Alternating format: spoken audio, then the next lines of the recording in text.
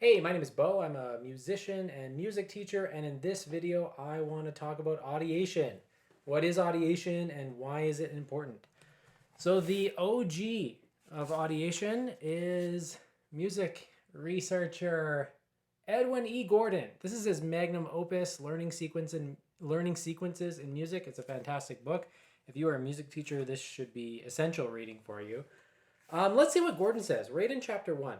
Chapter 1, audiation.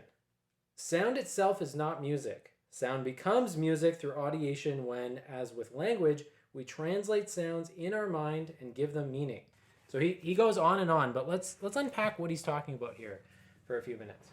So when I hear musical tones or musical, they could be durations and pitches, my brain will turn these into musical meaning. So let's take a very concrete example. If I play the notes B and C on a piano, that doesn't really mean anything to the brain in isolation like that. But let's say if I'm in the key of A minor, and we take these two notes, B and C. Now this has a context. Or we could go. Now if I take these same pitches, B and C, in another context, they sound completely different. If I was in the key of G, or if I was in the key of C major,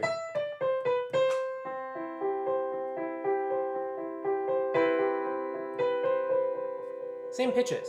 And so the way the brain is actually processing things in terms of your experience of your subjective conscious experience of music itself, what it means to actually hear music in your own mind and understand it, a lot of emphasis in Gordon's work is placed off the context that the music is sitting in. So a very practical description of this in terms of tonality and harmony.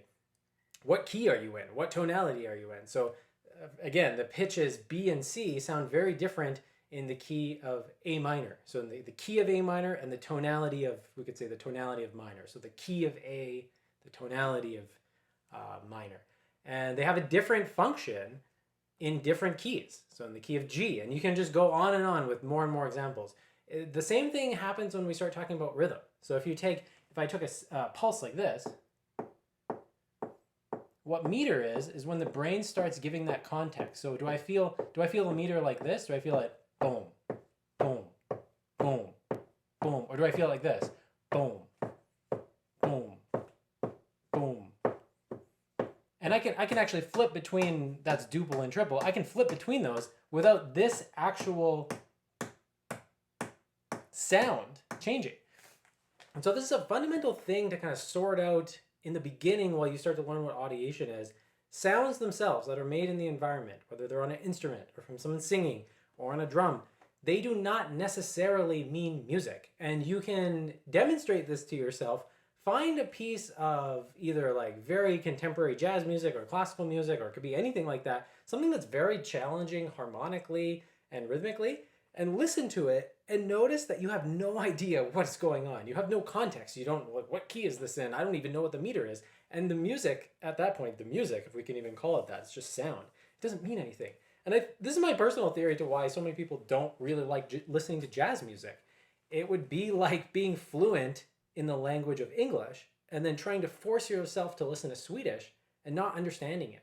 So a lot of people, when they listen to jazz or classical music, they can't intuitively give context to the sounds they're hearing, and it's no wonder it's not enjoyable. Just like, if I was going to read Lord of the Rings in Swedish, I'm assuming there's a translation out there, I'm not going to have a good time. Even if I'm reading an alphabet, like a Latin alphabet with symbols I generally recognize, they're not going to make any sense to me, so I can't derive any enjoyment from that. And so your job as a musician, or especially your job as a music teacher, is to help your students learn to audiate. And now there's different stages of audiation. There's different types of audiation. You can audiate when you look at a piece of sheet music. So if you were to notationally audiate, you could look at a piece of sheet music and give meaning to that. So you could hear the sounds in your head if you wanted to, but you also hear the context in your head. So for example, this random piece I picked up, it looks like it's in the key of F major. I can generally hear what this is going to sound like, both rhythmically, tonally, I can hear the key of F major in my mind. I can do all that. And this is super important to understand when you start getting into working on really anything in music, reading music, learning to play an instrument, learning to improvise, learning to compose. Because if you're not audiating, what you're really doing is you're playing with sound and you're not playing with music. And that might seem like a trite distinction, but it has really far-reaching implications for how well a musician can progress. And so a really common example that many music teachers see, they try to teach people to read music notation, but the students haven't gained fundamental basic skills in audiation to make sense of what the teacher is asking them to do. So for example, pretend this is like a beginning piano method book where there's pitches being memorized and learned on the piano.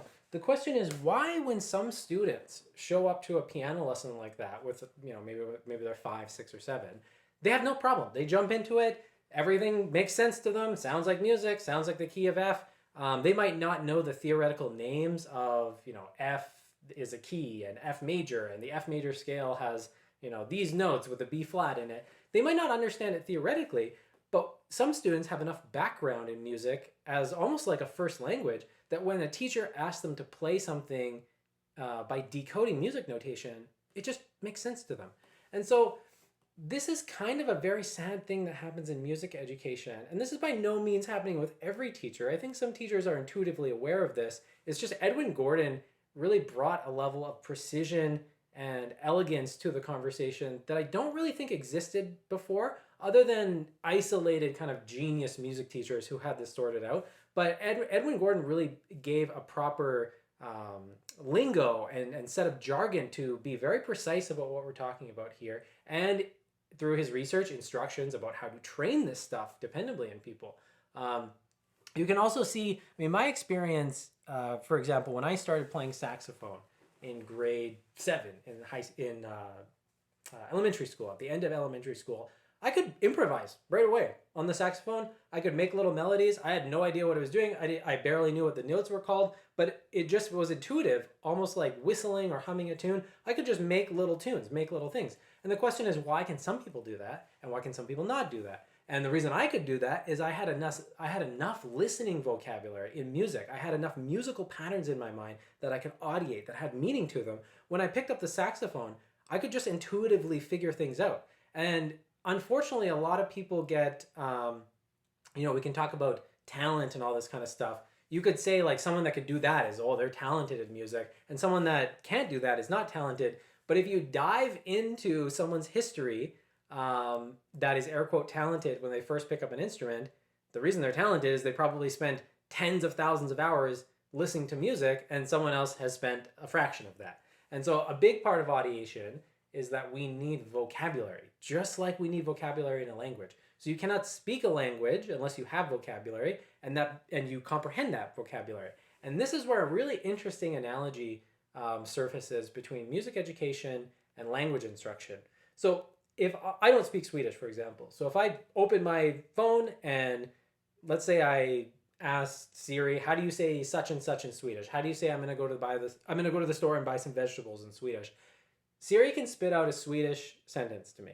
I could memorize that sentence. I could say it in my mind. I kind of know what it means. So there's some comprehension there. But if I was to pick up again a Swedish book, even if it's generally using the Latin alphabet, I'm assuming, I don't know actually.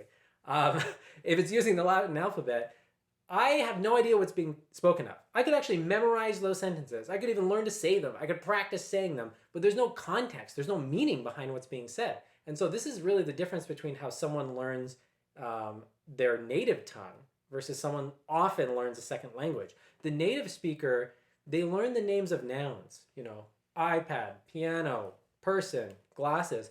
Every piece of vocabulary they learn comes with comprehension of what it's pointing to. But unfortunately, when we talk about music education, that doesn't always happen. People learn F major is the notes FAC, which is correct. There's nothing wrong with that. But they don't learn that this, in the key of F, what is this? Let's say this is the tonic chord. If you can't tell what that is, then there's something kind of not right going on between your ear training, your audiation, and your theory. And unfortunately, in music education, ear training and improvisation kind of get pushed to the side as these kind of like extra things that you can learn. Um, and a lot of standard lessons just unfold by making people kind of like read sheet music and push buttons down on an instrument, but there isn't this associated musical understanding. And so this is just like a really high level view of audiation. I want to go through Gordon's learning sequences book on this channel and go into the different types of audiation, the different stages of audiation, how to actually train it. But audiation really is the lifeblood of what it means to be a musician. When you go to a concert or you listen to a great musician play and they are just like a freight train and they just sound so musical and so wonderful, that's what they're using. They're using audiation skills. And someone with good audiation skills can often play multiple instruments because it's the same musical understanding that's just being translated to instrument. And that was my experience. I mean, playing piano, saxophone, guitar, bass, it's kind of a joke once you can audiate. Different instruments are just different, literally, instruments or tools that you can use to create sounds with. But it's the musical understanding, it's the musical meaning that gives rise to being able to control and wield an instrument. And many people, quite frankly, just don't have enough listening vocabulary or background in understanding music to even begin to start playing an instrument effectively. And that's why whenever I teach students or whenever I give people advice about how to learn an instrument, listening to music should be a gigantic part of your program. I mean, if you're a hobby musician, a beginner musician, or you're a professional musician, all the new things you're learning on your instrument, you should be listening to. You should be listening to different styles of music, different chord progressions, different rhythms, different meters. You need to feed your ears with sounds. The great jazz piano player Hal Galper said in one of his master classes, you can find it somewhere on YouTube, he said, you should be listening to music 24/7. When I heard him say that, 5 or 10 years ago, I thought he was kidding. And, obviously you need to get some sleep in there, but you should listen to a lot of music. If you want to play music like someone who can speak a native language, their native tongue, you need to listen to lots of music because sound is actually the stimulus that gives rise to audiation. You can't just figure everything out on an instrument. You need actual musical examples. So again, just a very basic high-level overview. And I'll have many videos on this channel talking about audiation, but it's probably the most important concept of music a musician can learn. And surprisingly, not a lot of music teachers have ever even heard that word, and just as sadly, never even heard of Edwin Gordon. So I highly recommend you look for this book, Learning Sequences of Music. You can order it online. Edwin Gordon did a series of lectures. I believe they're called the Sugarloaf series. I don't know why it's called Sugarloaf, but he goes step by step through every single chapter in this book. This book is pretty hardcore, so this is not casual reading. If you're new to this kind of way of talking about music education, you're not going to read through this on a Sunday afternoon and know what's going on. This actually has to be studied, and so find the Sugarloaf seminars, get a copy of the book. There's many people out there, Eric Rasmussen, Ron Malanga, Andy Mullen. There's a whole community of people that have great content about this stuff. I know a decent amount about it, but there's really some people in this field. Those people I just mentioned, they've been in this field for a long time. They really know what they're doing, and you can see the proof with their students. I mean, my colleague Eric Rasmussen, who we've done a podcast with for a few years, he teaches out of the Peabody Conservatory, attached to Johns Hopkins, and you should see the stuff that his kids in his class, who are like 3, 4, 5, 6 kind of thing, it's insane. I mean, he's getting them to do stuff that like ear training stuff, harmonic ear training, that only a lot of people just start learning when they're going to ear training class in college. And he has 5-year-olds that can tell you, this song is a 1, 4, 5, and there's a 5 of 2, and there's a tritone sub on the 5. I mean, it's crazy. This stuff really works, and it's unfortunate that it's not more common knowledge in music education. And, I don't agree with everything Gordon said. I have my own opinions, but Gordon was really on the right track, and I want to do anything I can to kind of spread the word. So I'll leave some links in the description of this video. Let me know if you have any questions or comments, but get on it. This is wonderful stuff to learn about. It's a lot of fun, and it'll make you a better musician. If you're a music teacher, it'll make you a better music teacher. So until next time, have a great day.